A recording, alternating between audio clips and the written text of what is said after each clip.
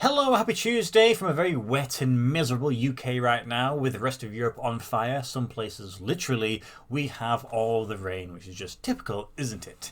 So, to try and avoid all this, let's go to another country for another football shirt, and specifically, a brand new destination. It's a new country to my collection. Yes, it's still in Europe. Not many of those left, but we have one of them in this parcel here. It's a country that I've tried collecting. Obviously, I tried to get all of them, but this one specifically I've tried collecting before, and I've actually messaged all of the clubs previously. As you would expect, most of the time I get no response. Sometimes I've had a positive response where they've said, yes, we would happily help you out. And then when I further the conversation, they just stopped responding. So I thought to myself, well, okay, fair enough. I'm just going to have to wait, aren't I? Because the clubs clearly aren't willing to help me. I have waited and I finally found one. So let's get it open up. It's quite cool. And yes, about time I got one of these in my collection. Hopefully it is what I ordered. Get rid of you, my friend. There's a tag. Now then, let's look at the rear of the shirt. Is there anything there that's going to give it away? So it's a Puma shirt. You know what? I actually didn't mind this Puma sort of stuff in this period of time. It's all the newer stuff that I'm not a huge fan of, which is weird. So we've got sponsors on the rear there. Does anything give away what it is? Maybe a little bit. It does actually mention it in that website address there. And if we bring it round to the front, here we go. So there it is. So it's a green and white effort. So you've got these vertical stripes running obviously from top to bottom, and then you've got more sponsors there with another sponsor on there. I think there actually are some on the sleeves as well, just minor ones, but it's all in great condition, which is pretty impressive considering it's quite old, this shirt, specifically for my collection. Usually I'm picking up shirts that are current season or at least 2 or 3 seasons old, but this one is probably going to be one of my oldest shirts, so it looks pretty good, doesn't it?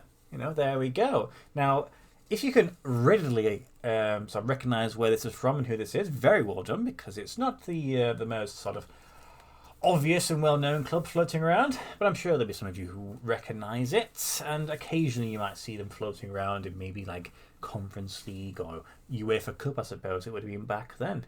But there we go, it's really nice, great condition. So I suppose the only thing left for me to do is to dress the mannequin, come back to you and explain to you where this one has come from. Right here then, so yeah, it actually looks better in person than it did online, which is usually the case with the shirts that I purchase. But who is this team here?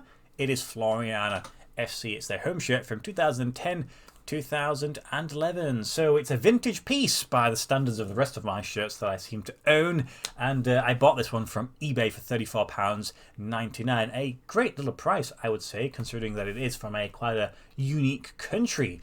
Now, this team is based in Floriana, which is a town in/on the island of Malta. Yes, we finally have a Maltese shirt in my collection, not for lack of trying, of course, but it's not often that they do appear. I think I remember seeing them when I first started collecting many moons ago. Classic Football Shirts had some for sale, and it may have also been Floriana. I'm sure they had a few other teams, but unfortunately didn't have sponsors on. I want to think they were Joma shirts, and at that point I still was trying to figure out what I was really doing for my collection. I could have picked it up and said I've got a Maltese shirt, but the sponsor thing was kind of key to me, and then I suppose ironically now I have one which is covered in plenty sponsors for many teams going on there. But you know, I suppose sometimes it is worth the wait, even though it probably took another 7 years for the opportunity to buy one. When it comes to the club itself, they were formed in the later part of the 1800s. They're quite an old team there, so it's not like a new one. And the only thing that I could really say that jumped out at me when researching this team was that their current manager is former World Cup winner with Italy, Mauro Camoranesi. So that's a little bit of a throwback for some of the, I don't want to say older viewers because that puts me in that category and I don't want to think that I'm that old yet. But other than that, there's not really much else that jumped out. When it came to what league they play in the Maltese Premier League, which is the top level in Malta. Last season they finished, I think it was bang in the middle, 7th place. So pretty standard season for most teams there. The fans obviously would be hoping that they would be pushing for honours and the title this season that's just about to begin. Talking of titles, they are actually the joint most successful team in the history of Malta with, I believe, 25 title wins, which is tied with Sliema Wanderers, though when you look at the the actual titles they've won, most of those were in the early parts of the 20th century. In fact, the only title they've won in the last sort of 30 years ago was the 2019-2020 season, which, like a lot of leagues across the world during that period where they were affected by COVID-19, was actually ended earlier than the season would usually be. Floriana were currently sitting top of the league at that point, and after a vote, they were actually given that actual league title. Of course, there were some grumblings by other teams, but I suppose what else are you going to do? You either don't give a league title or you give it to the team that sits top, and it wasn't like they were joint top. They had a little bit of a gap between themselves and second. So yeah, I suppose at least they've got something going for them recently. Otherwise, you know, they've kind of let everybody else catch up to them. They are also the only team from Malta to ever reach like the first round proper of the Champions League / European Cup in 93-94. So it's a bit of time ago. They ended up playing against FC Porto, and they unfortunately lost on aggregate to them. This was before they had a group stage initially. The group stage was later on in the competition, and they lost. So it's not too surprising that that's happened, because obviously the level of football in Malta is not going to be particularly high. But I suppose with the introduction of the Conference League, you might eventually see some Maltese teams slowly making progressions through that and hopefully helping football in that particular country there. With regards to the club, the only other thing that stands out is that they actually used to play, I think it was in green and red, I read, but they ended up playing against the Irish, what are they called now, the Fusiliers, the Royal Dublin Fusiliers, in a friendly right at the beginning when they formed, and they wore green and white, and then this club decided from then on they would just sort of adopt those colours, and I think they have sort of connections with the Irish going forward. I think that's one of their nicknames as well.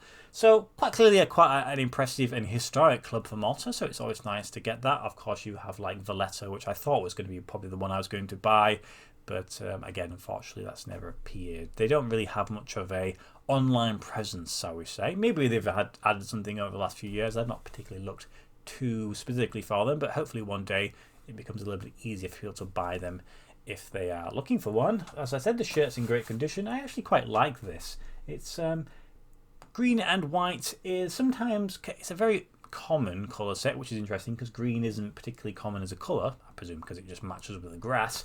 But it's nice. Puma are not always my favourite, but this template is not too bad. I think usually sometimes the sponsors kind of hide the fact that it's maybe a pretty simple shirt. But there we go. I'm really, really happy just to have a new country to my collection. In fact, I have 2 more shirts to open which are from new countries also. So we're definitely pushing it. One of those is a European country, and the other one is an Asian country. So maybe if we can find at least one more throughout this year, that wouldn't be too bad. I don't think we're ever going to get to the ultimate and collect them all, but, you know, it's nice to be able to say I have enough of them. So that is it. I hope you enjoyed the video. Let me think, what am I going to do on Friday? In fact, I did something quite cool. It's a shirt I've had for quite a while, but it is a special one. So, yes, we'll do that. So, as always, thank you for watching my videos, and I'll see you on Friday. Goodbye.